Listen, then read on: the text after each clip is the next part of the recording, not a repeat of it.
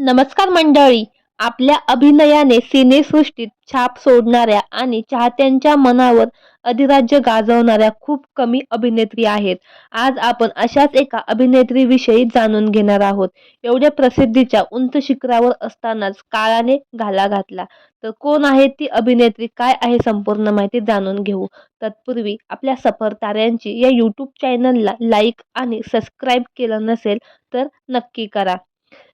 ती आज आपल्यात नसली तरी 90चे दशक तिने गाजवले होते. आज देखील तिची जागा दुसरी कुठलीच अभिनेत्री घेऊ शकत नाही.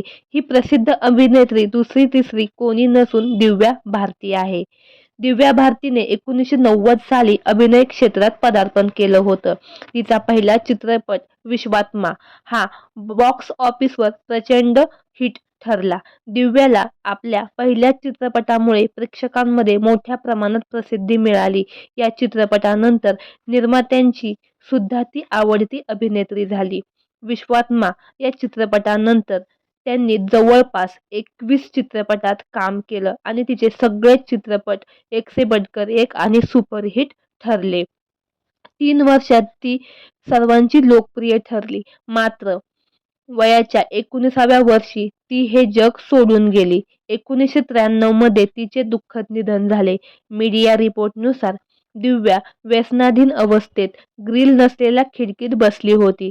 तिथून उठण्याचा प्रयत्न करत असताना तिचा पाय घसरला आणि 5व्या मजल्यावरून ती खाली पडली. त्यानंतर लगेच रुग्णालयात तिला नेण्यात आले, परंतु डॉक्टरांनी ती मृत असल्याचं घोषित केलं.